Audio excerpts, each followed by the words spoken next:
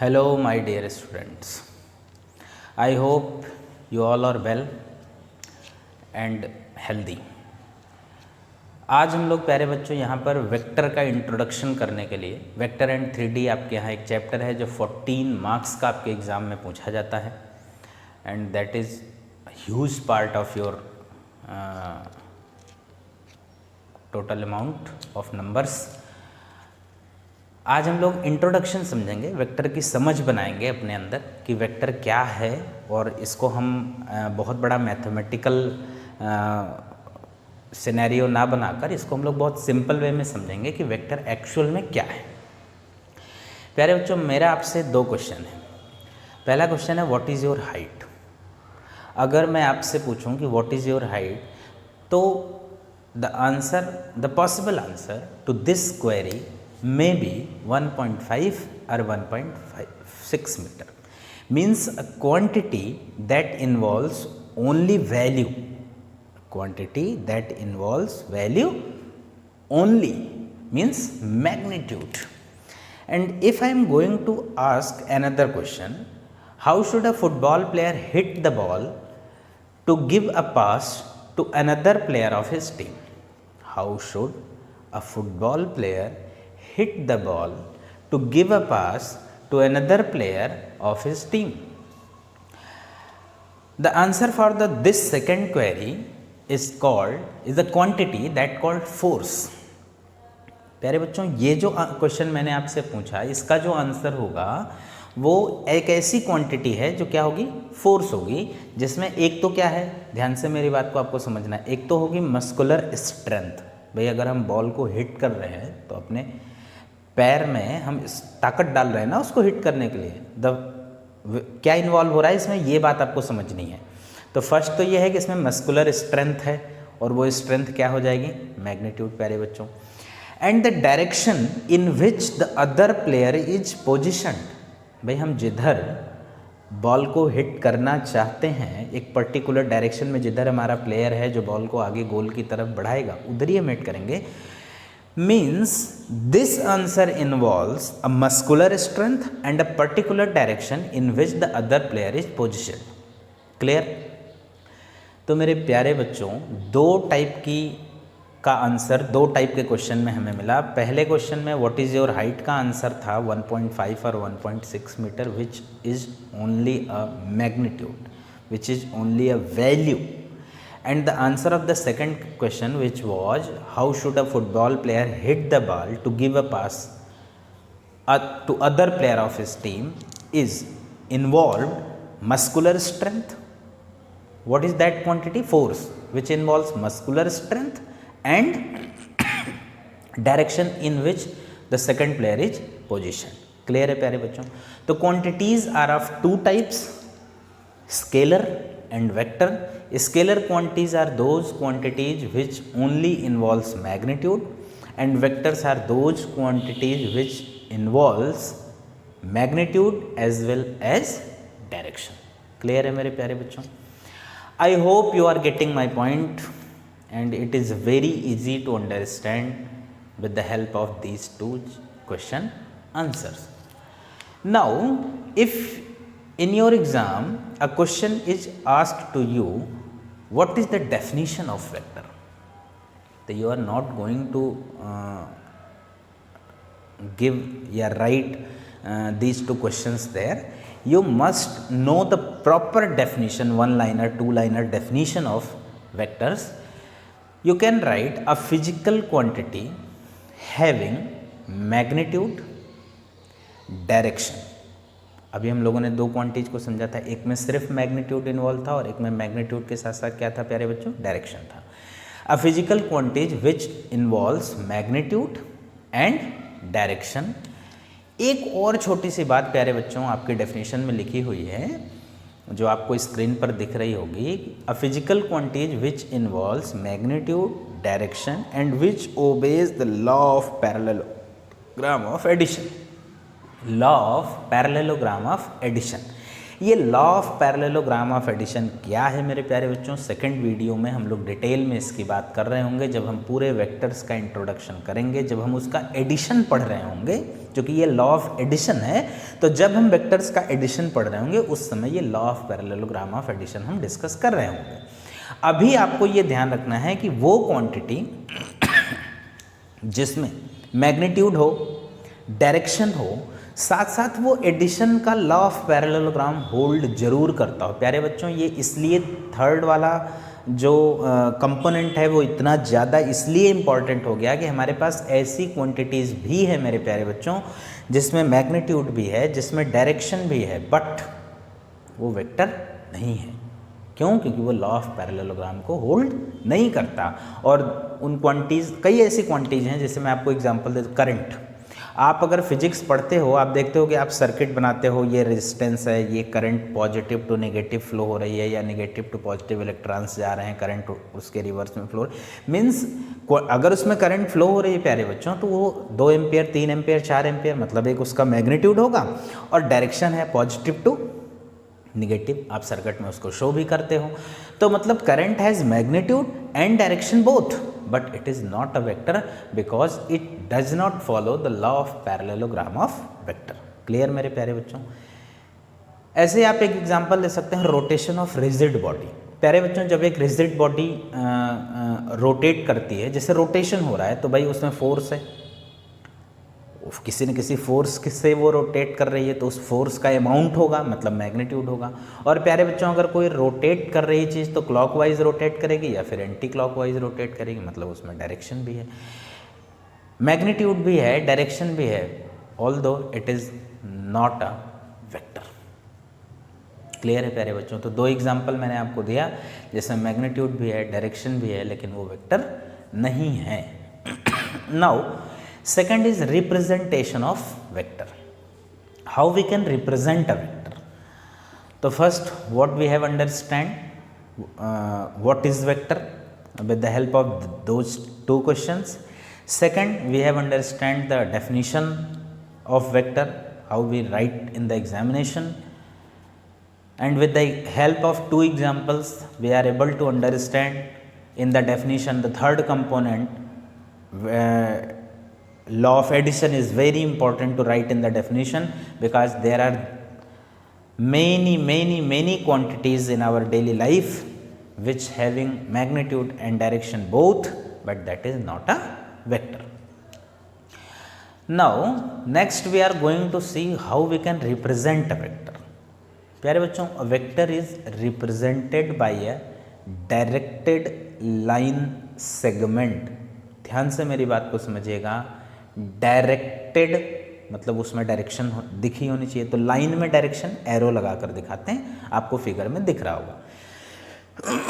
और मैं line segment की बात कर रहा हूँ, मैं लाइन की बात नहीं कर रहा हूँ। आप सब 9th से लेकर 11th तक, 12th तक ये बात जानते हैं कि लाइन और लाइन सेगमेंट में फ़र्क है। लाइन एक इनफाइनाइट लेंथ होती है, लाइन सेगमेंट उस इनफाइनाइट लेंथ का एक छोटा सा टुकड़ा होता है। तो प्लीज़ आप बहुत केयरफुल होकर इस बात को समझिए, vector is a directed line segment. छोटा टुकड़ा है लेकिन इसमें डायरेक्शन होती है। आप इस बात को ऐसे भी समझ सकते हैं प्यारे बच्चों कि जैसे ये इनफाइनाइट लेंथ है, ये एक लाइन है इनफाइनाइट लेंथ की, ठीक है। अब इसका एक छोटा सा टुकड़ा हमने ले लिया, मान लीजिए यहाँ से ए नाम रख के और यहाँ से बी नाम रख के, बाकी आप इरेज कर दो। अगर आपने ये टुकड़ा ले लिया, अब इसकी डायरेक्शन आपकी मर्जी है, आप इधर लगाना चाहो इधर लगा दो, उल्टा लगाना चाहो उल्टा लगा दो। तो this directed line segment denotes a vector, and we know that vector has 2 important components, magnitude and direction. Then what is magnitude of vector? The length of this line segment is magnitude, and what is direction? Which is shown in the arrow. Are you getting my point, what I am going to say? Exactly, the length of this directed line segment is called magnitude, and arrow denotes the direction of vector. Clear मेरे प्यारे बच्चों? Now in the representation, if we are going to write a statement regarding this vector, my dear students, in the writing vector is denoted by if देखो ये जो आपका point है मेरे प्यारे बच्चों, ये इनिशियल पॉइंट कहलाएगा और ये जो पॉइंट है ये आपका फाइनल पॉइंट कहलाएगा। Initial point and final point. Writing in the writing we can write the vector as A B with an arrow on the head. ठीक है, ए बी लिखकर अगर इसके ऊपर आप एक एरो लगाते हैं तो ये पढ़ा जाएगा वेक्टर ए बी। ये क्या पढ़ा जाएगा प्यारे बच्चों? Vector A B. और ऐसे ही नहीं पढ़ते, एक और भी तरीका है। जैसे इस पूरे लाइन को, जैसे आप जानते हैं लाइन को हम एल भी पढ़ सकते हैं, तो आप इसको वेक्टर एल भी पढ़ सकते हो। अगर आप एल के ऊपर एक एरो लगा देते हो तो ये वेक्टर एल पढ़ा जाएगा। अगर आप स्मॉल ए लिखना चाहते हो एल की जगह पर, मान लीजिए, तो आप इसके ऊपर एक एरो लगा दो, ये वेक्टर ए पढ़ा जाएगा। I hope it is sufficient to understand how we can represent a vector. Now the vector has three important characteristics. A vector has three important characteristics, my dear students, and those characteristics are length, sense, and support. Length, sense, and support. What is length? The length of arrow, the length of your vector line segment, length of your directed line segment. What is sense? Sense means the direction which arrow indicates in the vector. What is support? Support is that infinite line from which we find the vector. Firstly, मैंने आपको दिखाया ना कि अगर एक infinite line हो और इसमें से हम इसका एक छोटा सा टुकड़ा ले लें और उसमें डायरेक्शन लगा दें, तो ये वेक्टर है। तो मेरे प्यारे बच्चों, ये जो लाइन जिससे ये वेक्टर हमारा लिया गया था, ये जो इनफाइनाइट लेंथ थी हमारी जिससे हमने इस वेक्टर को पाया, this infinite line is called support. This infinite line is called support. तो आई होप जितना भी अभी तक हम लोगों ने समझा, बहुत ज़्यादा खैर समझा नहीं, हमने सबसे पहले दो क्वेश्चंस से वेक्टर की समझ बनाई कि वेक्टर और स्केलर में क्या फ़र्क है। स्केलर में सिर्फ मैग्नीट्यूड उसका आंसर होता है और वेक्टर में मैग्नीट्यूड के साथ साथ डायरेक्शन होता है। एक तीसरा इंपॉर्टेंट पॉइंट मैंने आपको बताया मेरे प्यारे बच्चों कि डायरेक्शन के साथ साथ वो लॉ ऑफ पैरेललोग्राम को होल्ड करना चाहिए, क्योंकि ऐसी भी क्वांटिटीज हमारे पास हैं जिसमें मैग्नीट्यूड है, डायरेक्शन है, बट फिर भी वो वेक्टर नहीं है। उसके बाद हम लोगों ने डेफिनेशन को समझा और अब हम लोगों ने रिप्रेजेंटेशन को समझा। फिर हमने वेक्टर की तीन इंपॉर्टेंट कैरेक्टरिस्टिक्स जो थी मेरे प्यारे बच्चों, लेंथ, सपोर्ट एंड सेंस, उनको हम लोगों ने समझ लिया। लेंथ मतलब लेंथ ऑफ एरो, सेंस का मतलब डायरेक्शन ऑफ एरो, सपोर्ट का मतलब that infinite line. Always remember this support is very very very important. In the types of vector, there are so many definitions in which we used to speak supports. Support, support, support. So you must be very clear what is support. Support of a vector is that infinite line from which the vector is found out. Clear है मेरे प्यारे बच्चों? Now, from here we are going to categorize the vector. Very very very, to be very clear, I am going to tell you types of vector is another thing, category of vector is another thing. अभी हम लोग types पे नहीं आ रहे हैं मेरे प्यारे बच्चों, अभी हम लोग कैटेगरी पर आ रहे हैं। The vector are categorized in two categories mainly. Vector दो कैटेगरी के होते हैं मेरे प्यारे बच्चों। एक तो होता है localised vector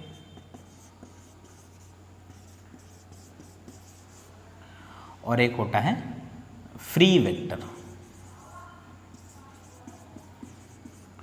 localized and free vector. What is these two vectors? Localized vector is what, free vector is what. Localized vector वो वेक्टर होता है मेरे प्यारे बच्चों जिसका इनिशियल पॉइंट फिक्स होता है। ध्यान से आप मेरी बात को समझें। जैसे आपने ये वेक्टर है, मान लीजिए ये एक वेक्टर है, ये इसका आपने इसका नाम ए बी रख दिया। अब ये इसका इनिशियल पॉइंट है, अभी हम लोगों ने चर्चा किया था, ये इसका कौन सा पॉइंट है, इनिशियल पॉइंट है। अब अगर मैंने आपसे कह दिया कि ये इनिशियल पॉइंट यहीं रहेगा, ये कहीं नहीं जा सकता है, तो मुझे बताओ क्या इस वेक्टर को लेकर आप कहीं जा सकते हो? क्या इस वेक्टर में किसी प्रकार का मूवमेंट हो सकता है? देखो वेक्टर में दो चीज़ें हैं, मैग्नीट्यूड है, डायरेक्शन है। तो अगर मैंने आपको ये स्पेसिफाइड वेक्टर, ये पर्टिकुलर वेक्टर दिया है, तो ना तो आप इसका मैग्नीट्यूड बड़ा छोटा कर सकते हो और ना इसकी डायरेक्शन चेंज कर सकते हो। You are not allowed to change the magnitude and direction of any vector, because if you are going to change the any of these two, magnitude और direction, you will get a new vector. If you are going to change any of these two components, you will get a new vector. You will not have that old vector which I have given to you. Clear है प्यारे बच्चों? तो AB is a vector, तो you can not change the magnitude and direction. Clear है मेरी बात? अब कैसे इसको करोगे? और ये इनिशियल पॉइंट भी मैंने फिक्स कर रखा है, तो ये कहीं मूव नहीं कर सकता मेरे प्यारे बच्चों, क्योंकि अगर आप इसको मूव भी कराना चाहो तो इनिशियल पॉइंट फिक्स है, तो बोर्ड से बाहर निकाल के स्पेस में तो कहीं ले नहीं जा सकते, एक बात। दूसरी चीज़, अगर आप इसको बोर्ड में भी मूव कराना चाहोगे तो ये जैसे क्लॉक का निडल होता है, उसी तरीके से या तो इसे क्लॉकवाइज आप मूव कराओगे इसको, या फिर एंटी क्लॉकवाइज इसको मूव कराओगे, और जैसे ही थोड़ा सा तुम मूव किए तो इसकी डायरेक्शन क्या हो जाएगी, चेंज हो जाएगी। मतलब मेरे प्यारे बच्चों, मैं ये कुल मिला के कहना चाह रहा हूँ कि लोकलाइज्ड वेक्टर में आप इसको कहीं भर, एक बार जहाँ ये बन गया, इसको कहीं आप उठाकर ले नहीं जा सकते हैं। And this is the special feature of free vector कि in this vector the initial point is not fixed. इसमें इनिशियल पॉइंट फिक्स नहीं है मेरे प्यारे बच्चों, तो मतलब मैं इसकी डायरेक्शन नहीं चेंज कर सकता, हाँ वो तो मैं यहाँ भी नहीं कर सकता था।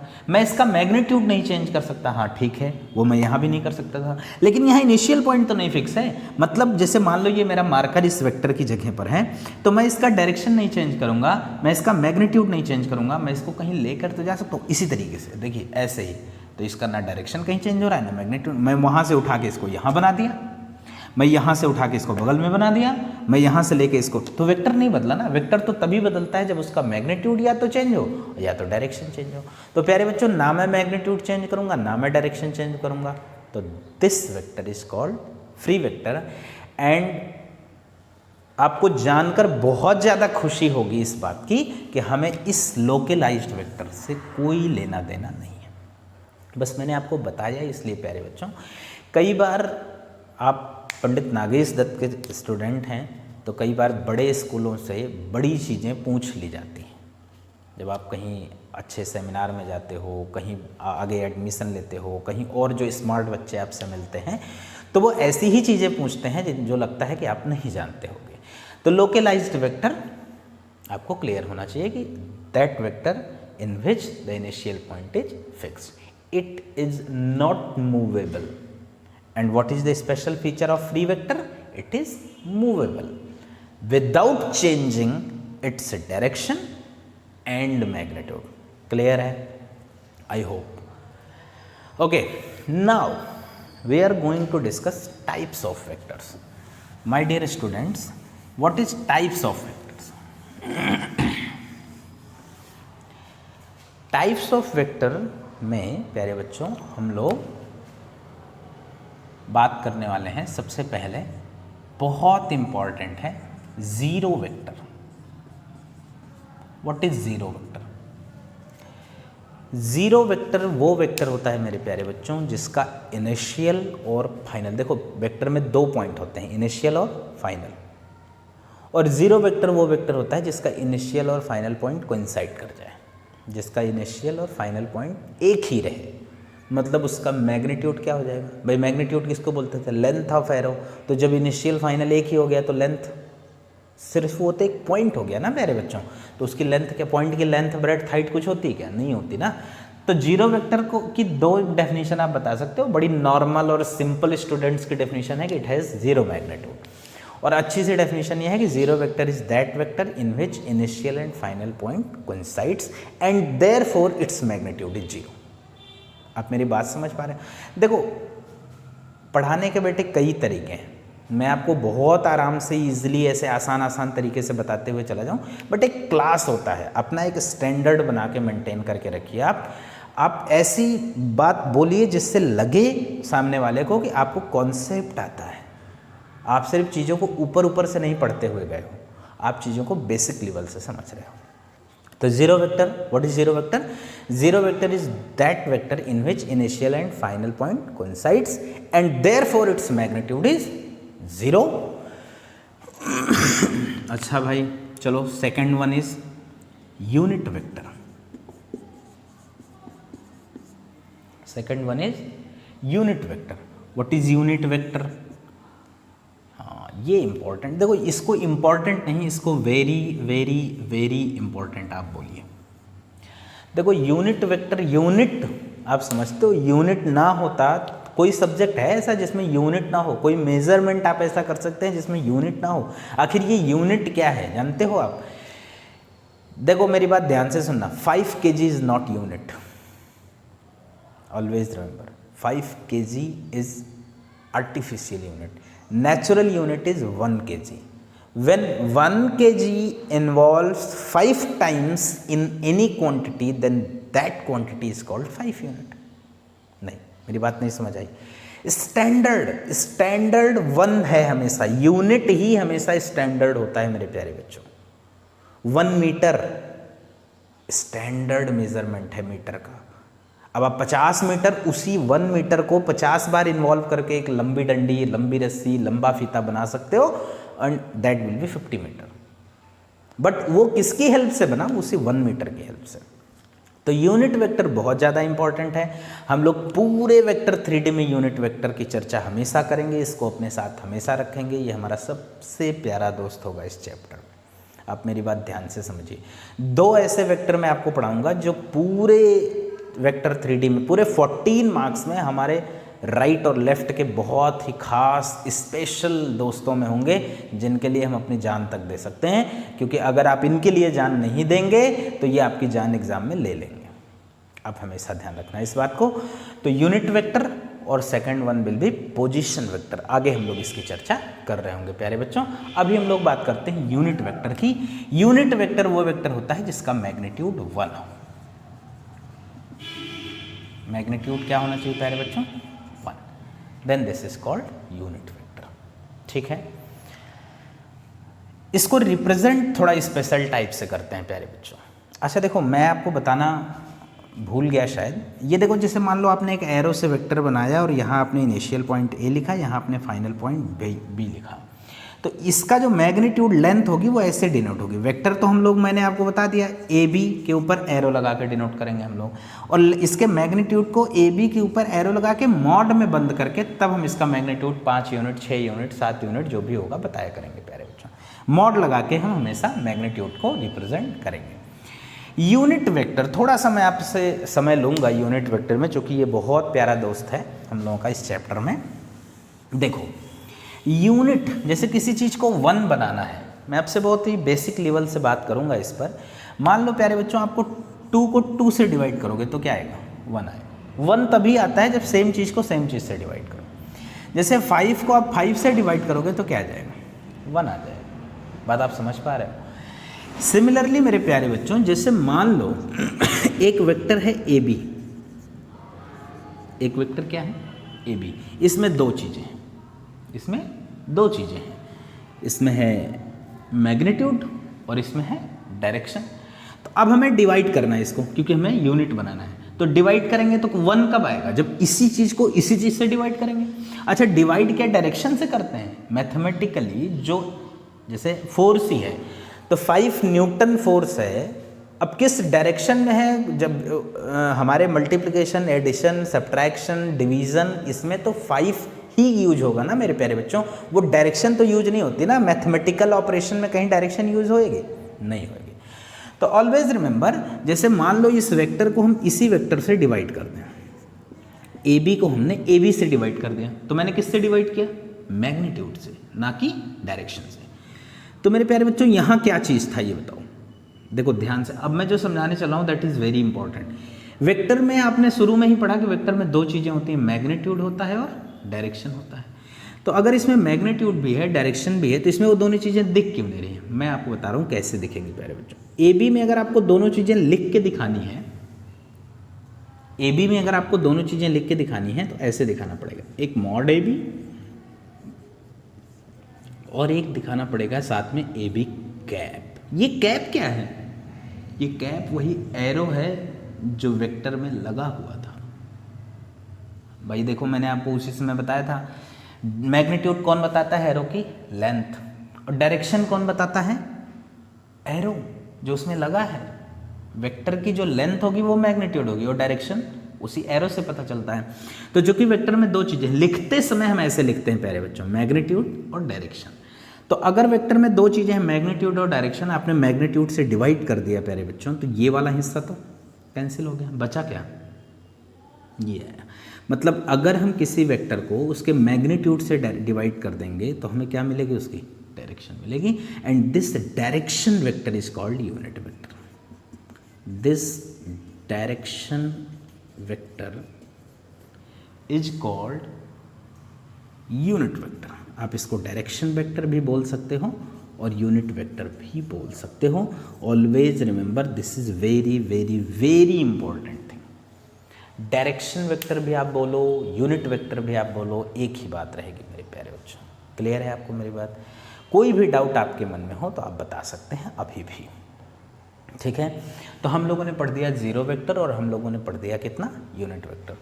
तो वीडियो चूँकि बहुत लंबी नहीं बनना चाहिए इसलिए मैं इस वीडियो को यहीं पर एंड कर रहा हूँ। ये बहुत इंपॉर्टेंट है, ये हमारा सबसे अच्छा दोस्त होगा इस चैप्टर में, मैं आपको पहले ही बता चुका हूँ, इसको आप ध्यान रखिएगा। आगे हम लोग जो डिस्कस कर रहे होंगे उसमें अभी 7 टाइप्स के और वेक्टर हैं प्यारे बच्चों। अभी हम लोगों ने सिर्फ 2 टाइप के डिस्कस किए हैं, सॉरी अभी 8 टाइप्स हैं, 10 टाइप्स के वेक्टर्स हैं हमारे पास। Coinitial vector, equal vector, negative of vector, parallel vector, like and unlike vector, collinear vector, non collinear vector और कोप्लेनर वेक्टर। इतने टाइप्स के वेक्टर अभी हमको डिस्कस करने हैं। मैंने नाम इसलिए गिना दिया कि अगर आप इन नाम्स को कहीं नोट कर सकते हैं, बुक्स में इसकी डेफिनेशन आप पढ़ सकते हैं, कहीं आपको मिल सकता है, that will be very very very helpful in the next video. So I hope ये आपको इतना समझ आया होगा। वीडियो को आप एक बार में नहीं समझ में आता तो 2 बार देखें, 3 बार देखें, 4 बार देखें प्यारे बच्चों, लेकिन आप इसको समझने की कोशिश करें। Thanks a lot, keep watching my videos. Next video में आगे हम लोग वेक्टर को डिस्कस करेंगे और मैं कोशिश करूंगा कि वेक्टर वाला जो पोर्शन है वो 2 वीडियो में कवर हो जाए। आगे इसके प्रोडक्ट पर एक वीडियो बनेंगे, 2 वीडियो बनेगा इसके प्रोडक्ट पे और 2 वीडियो बनेगा एक लाइन पे, एक प्लेन पे, 3D पे। तो मेरे प्यारे बच्चों 6 वीडियोज़ में आई होप कि ऐसा हो जाए, 7 या 8 भी हो सकते हैं। Thanks a lot.